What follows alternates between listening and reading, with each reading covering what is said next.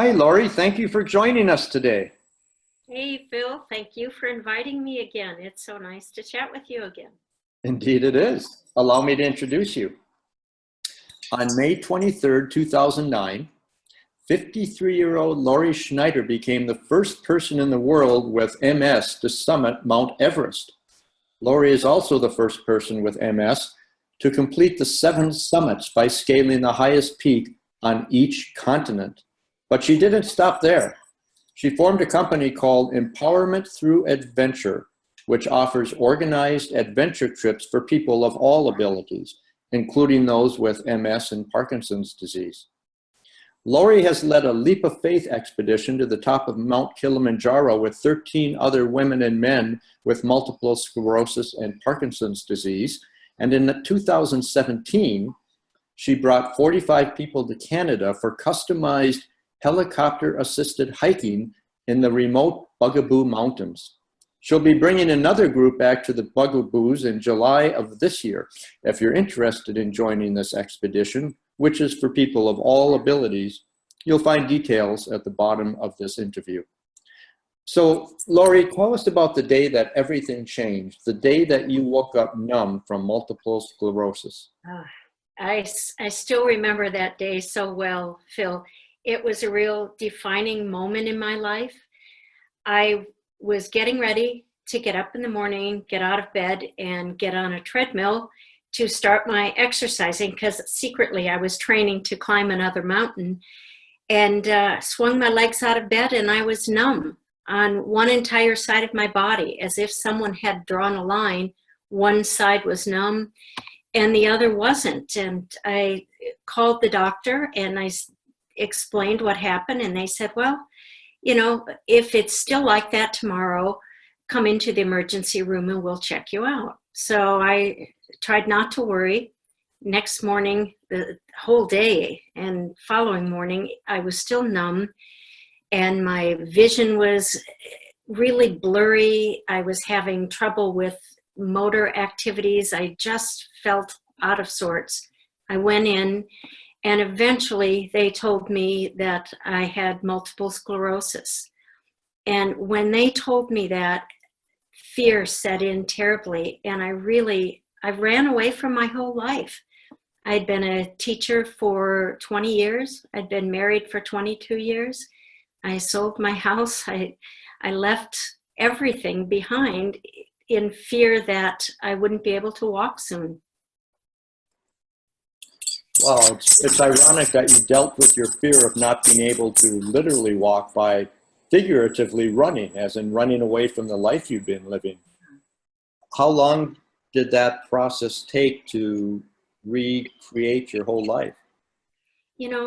Really for me, the fear set in over maybe 2 or 3 months of getting that diagnosis. And like I said, I had been kind of secretly training to do another mountain climb.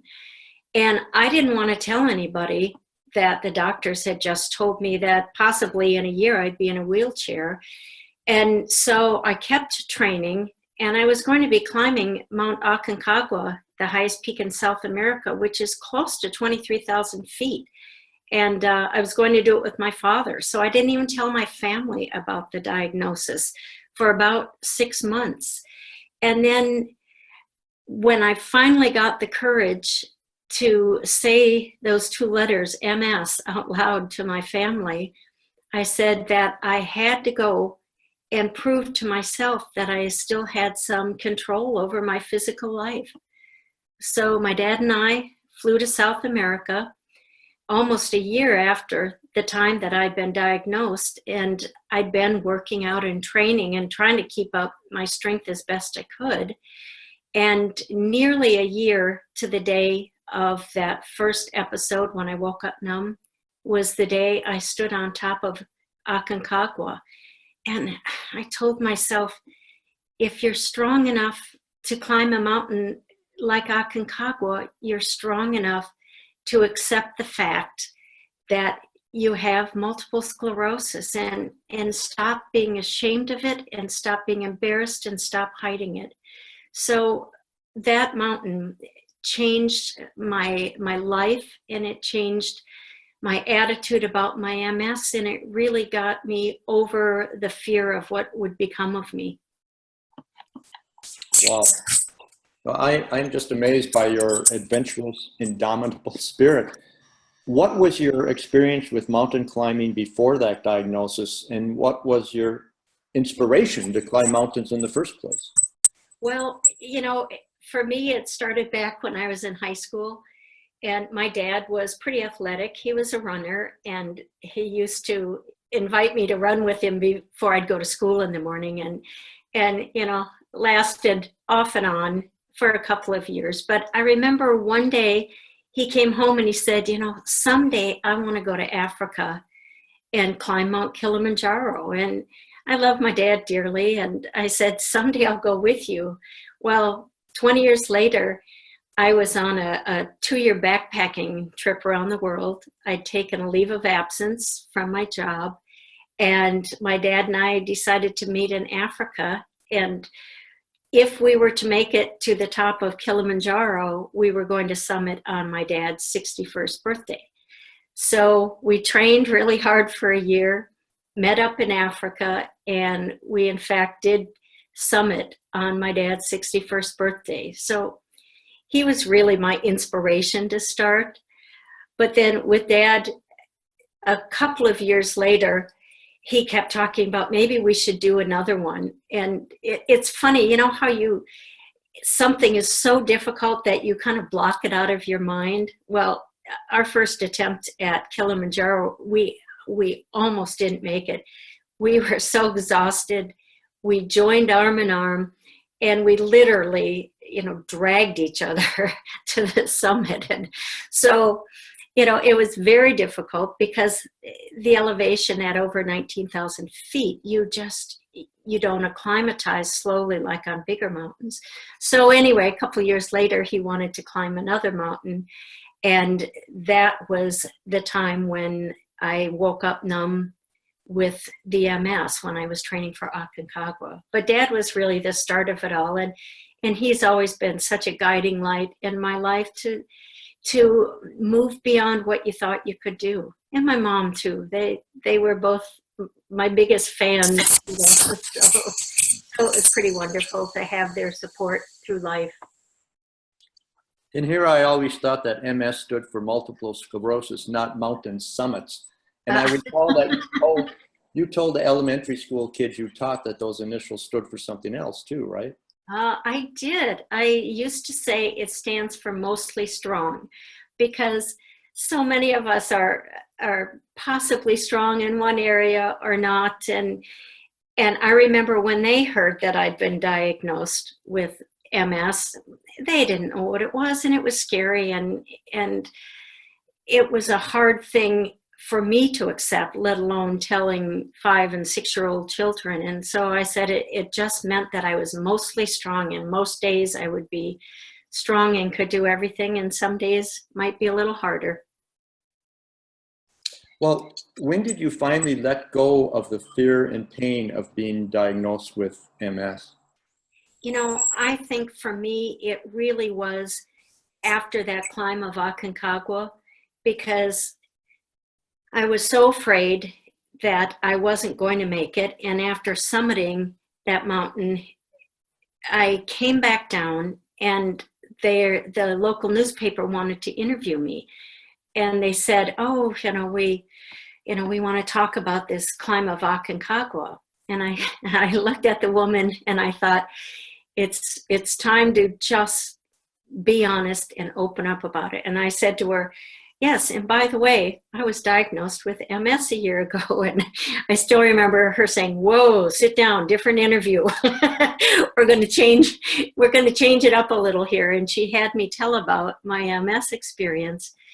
It came out a couple days later in the newspaper, and everyone I knew heard it at the same time from my lips and not speculation. So I really let go of the fear at that time, because I thought, it's out there.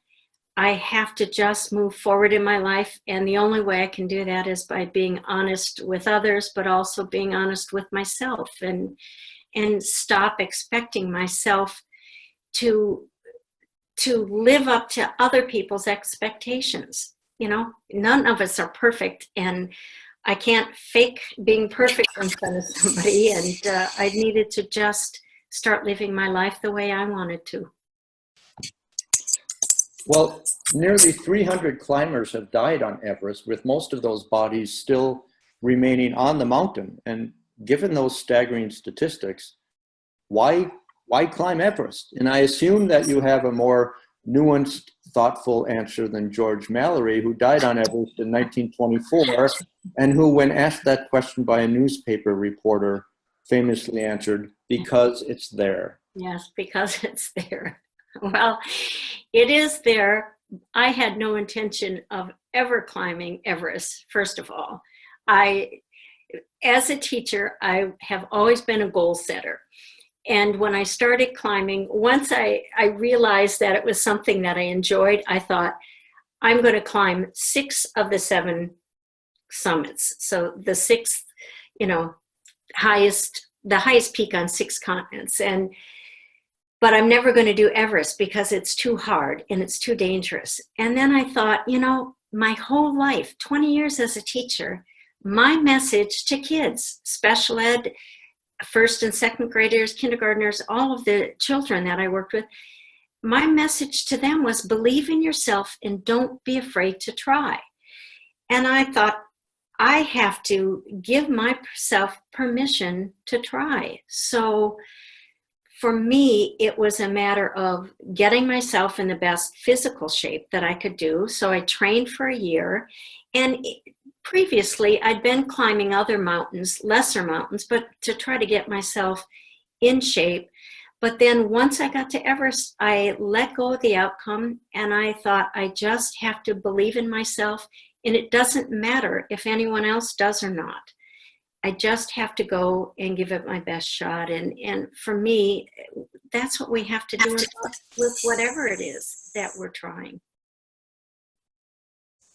What did it feel like when you stood on top of Mount Everest?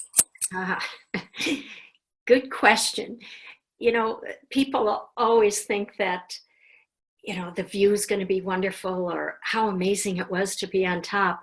Well, you climb for, in my case, about 10 and a half hours up, still had another 6 hours to get back down. But when I got to the top, a snowstorm had moved in and I could not see a thing.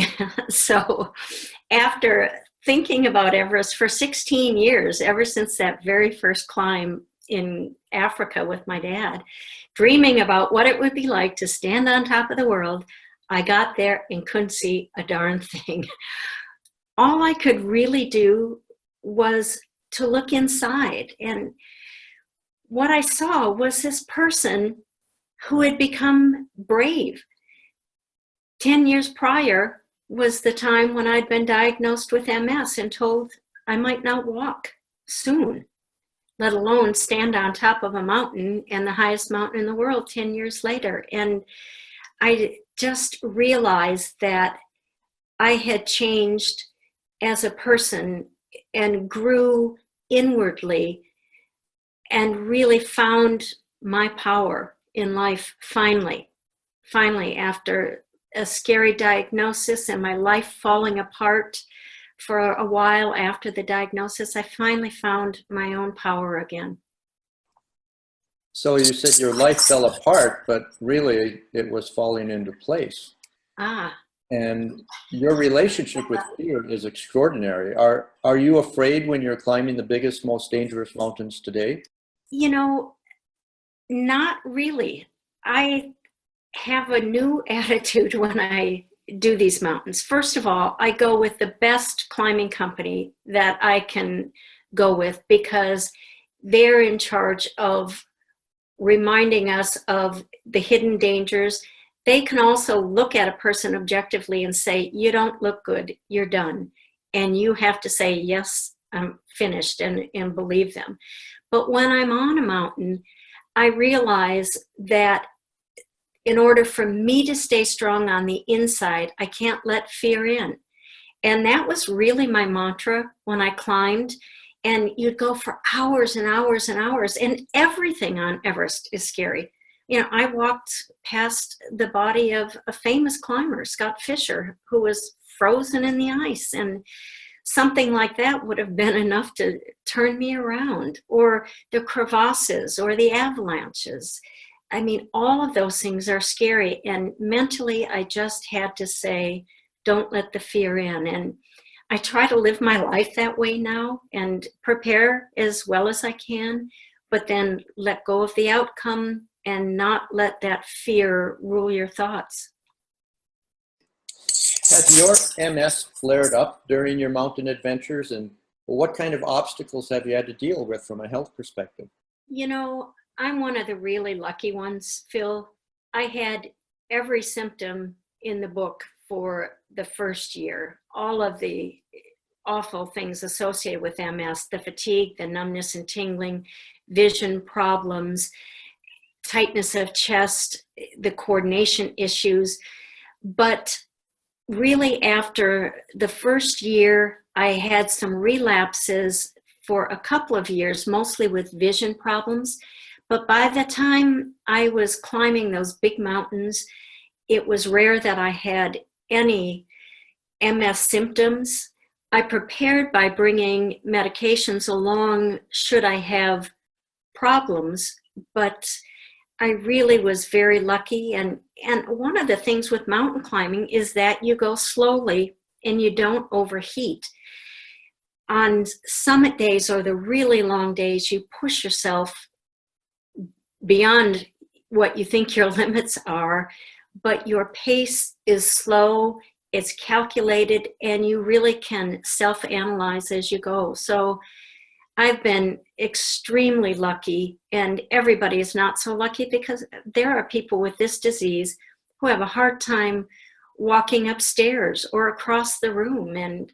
And those are the people that inspired me to keep going. Every person I met that had a severe case of MS or any other diagnosis that made it difficult for them to live the life they wanted, those were the people I held in my heart as I climbed. And I thought, I have to do this and take them to the top and help just redefine in my own mind what my limitations were.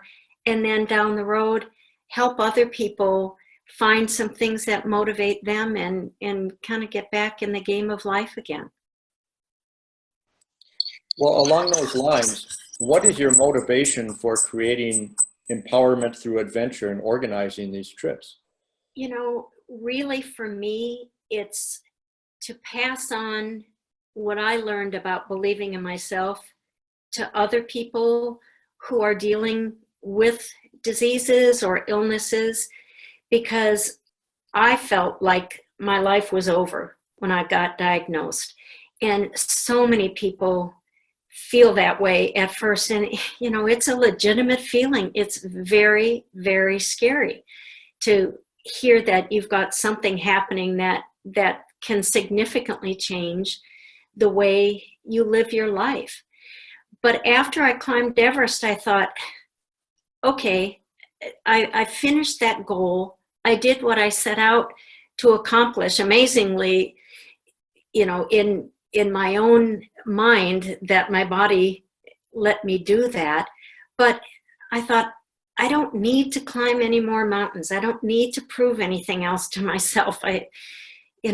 My goal really now is to just help other people who are either just trying to move beyond the fear, help them realize that it's okay to just try, but also people like me who've already possibly gotten beyond the fear, and they just want to be in a supportive environment where it doesn't matter if maybe you're a little slower than somebody else, or maybe you have a shuffle in your step, or maybe your vision gets weird, or maybe your bladder control because of your MS or Parkinson's means you have to stop behind a tree more often.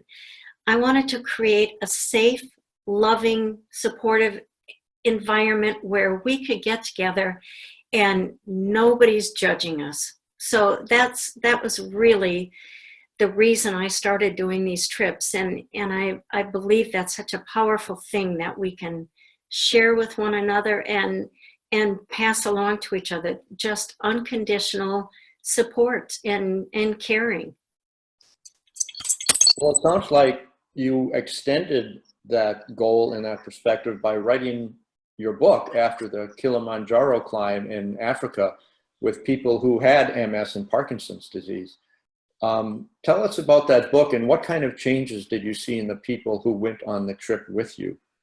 Well, that was an amazing trip. It was in 2011. I decided to kind of make my climbing come back full circle and finish where I started off, climbing Kilimanjaro with my dad.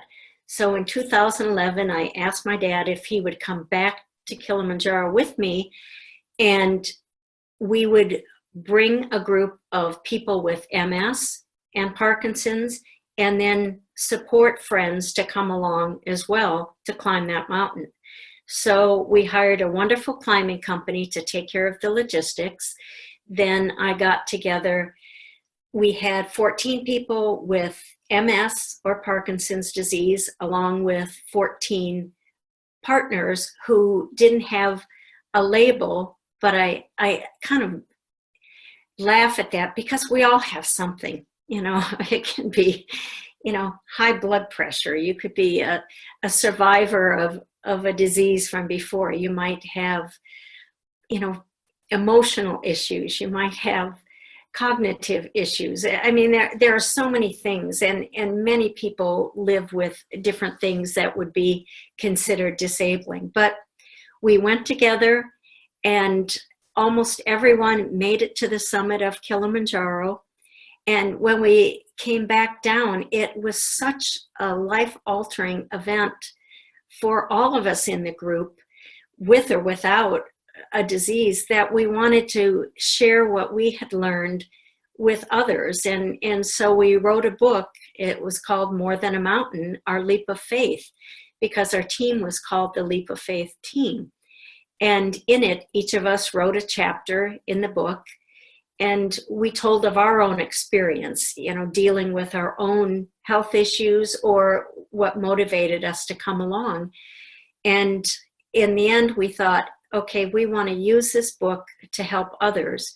So we donated all the proceeds to MS and Parkinson's group.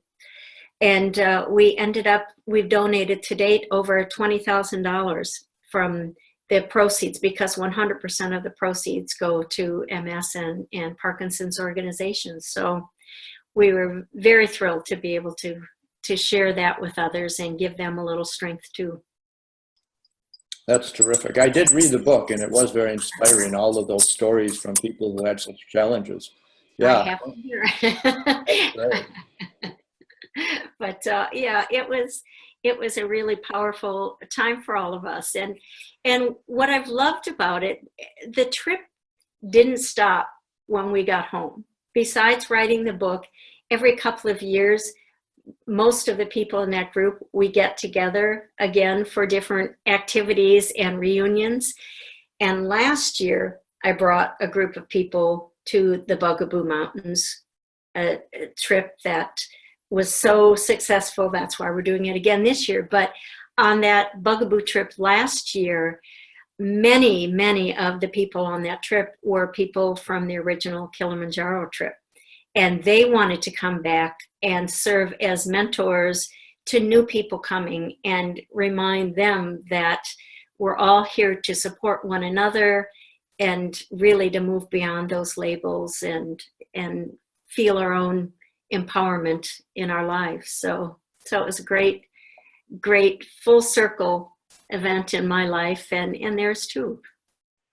That's great. In that Bugaboo trip last year and your repeat this July, what exactly does customized helicopter assisted hiking mean? What role do the helicopters play? Oh, it's, Phil, I'll tell you, had I learned this before, I would have done it a long time ago. Helicopter hiking is a unique way to experience mountaintops and remote areas without spending a week or a month hiking to get there first. when I do other climbs, you've got a long, long walk just to get to where you want to start your adventures. Well, with the assistance of a company called Canadian Mountain Holidays, they provide wonderful helicopter supported hiking trips throughout the summer. So we start out in Calgary in Canada.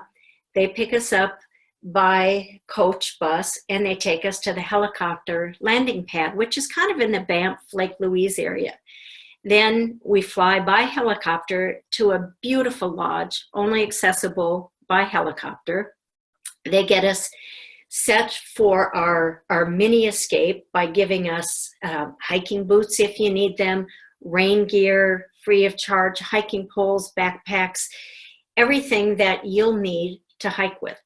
Then each day they divide our group of 44 people into 4 or 5 small groups of like-minded hikers, and they'll take one group and drop them maybe on a glacier. And then several hours later, they'll pick them up and they'll say, oh, we'll take you over and you can have lunch by a lake. And they drop you over there and you walk around and enjoy that. Then a couple hours later or an hour later, they'll pick you up and take you through a meadow of wildflowers. And then the guides will say, okay, who's ready to go back? Who wants to keep going? The helicopter might take 3 or 4 of you back to the lodge. Some may want to go. But each day it's customized to meet your needs. Last year, my dad, who was 85, went along with us. We wanted to do kind of a smell the roses kind of tour where we just did short hikes each day and a lot of flat areas. We didn't want to do climbing. We wanted to do hikes that were just scenic and wonderful. And so we went on some glaciers and ridge tops. Ridge tops are surprisingly straight most of the time. So they really customized it for us. Other groups were people that were real adventurers who wanted to do some rock climbing. They have these areas called Via Ferratas, which means the Iron Way. And there are iron rebar up very, very tall walls of rock. And you can climb for an hour to 3 hours with a helmet and harness and a guide who gives you instructions there. No one had previous experience. And they would hook you up to safety equipment and teach you how to do that. And then you'd sit on top and then the helicopter would pick you up right where you left off. So each night, helicopter brings you back to the lodge. There's a hot tub, climbing wall, gourmet meals. It's just fabulous. And then each night you would go back to your room. You had room, private bath, very much a hotel setting, and a comfortable night's sleep, and start all over the next day. So everything's provided. So it's a fabulous way to go if you want to have the feel of the mountains and an amazing remote experience, but not have to hike for a week or 2 to get there first. So it's great. It sounds wonderful. Now, you give professional, inspirational, and motivational talks around the world. What is your message when you give these presentations, and where are some of the places you've spoken? Oh gosh, I'll tell you, I've been so fortunate through all of this, because when I climbed Mount Everest and I stood on the top, I held a flag for the first ever World MS Day. And that flag was given to me by the World MS Day Association in London, England, in hopes that I would make it to the top. So when I returned from Everest, the BBC in London did about a half an hour video in the studios there with me, and it was broadcast around the world. And so I started getting offers to speak. And at first they were for MS societies and MS groups, and then it really expanded from there. Sometimes I'm talking to big companies and they want to have me speak with their innovation team. How do you turn a small idea into a big one? You know, how do you get the courage to be bold in your business world and move beyond, thinking this would be a great idea to actually implementing those kinds of things. And in a couple months right now, I'm preparing to speak at a statewide convention about, safety. And you better believe we had safety procedures in place on Everest and every other mountain. So I really customize the presentations for whatever the company is or the audience is.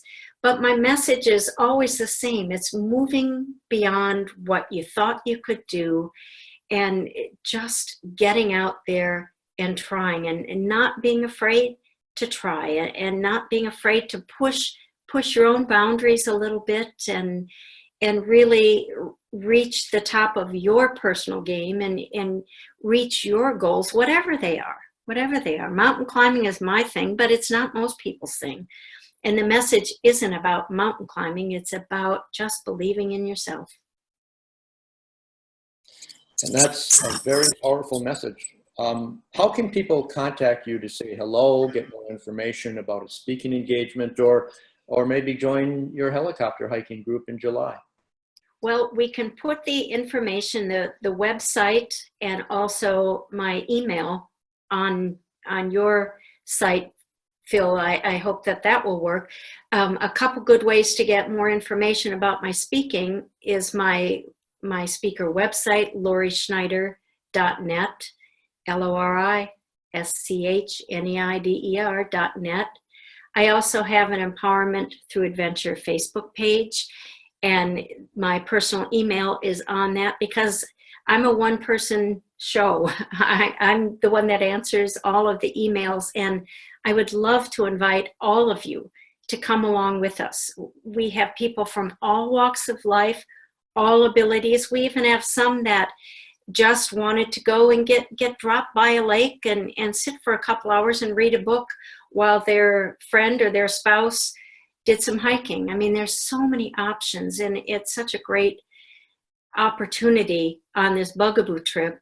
But, it's one of those things where I'd love to have anybody who's interested contact me, and I can send you all the information so that you'll have everything you need to make a decision, or invite me to come and speak. I really feel it's an honor and a privilege for me to share my story with others, because we all have our own stories, and mine is about just taking back your power and finding your way through life just by believing in yourself. Wow. Thank you for sharing your journey of courage and self-empowerment with us today, Lori. You are one amazing woman. No, just a little gutsy from time to time, but thank you. I appreciate that, though, Phil.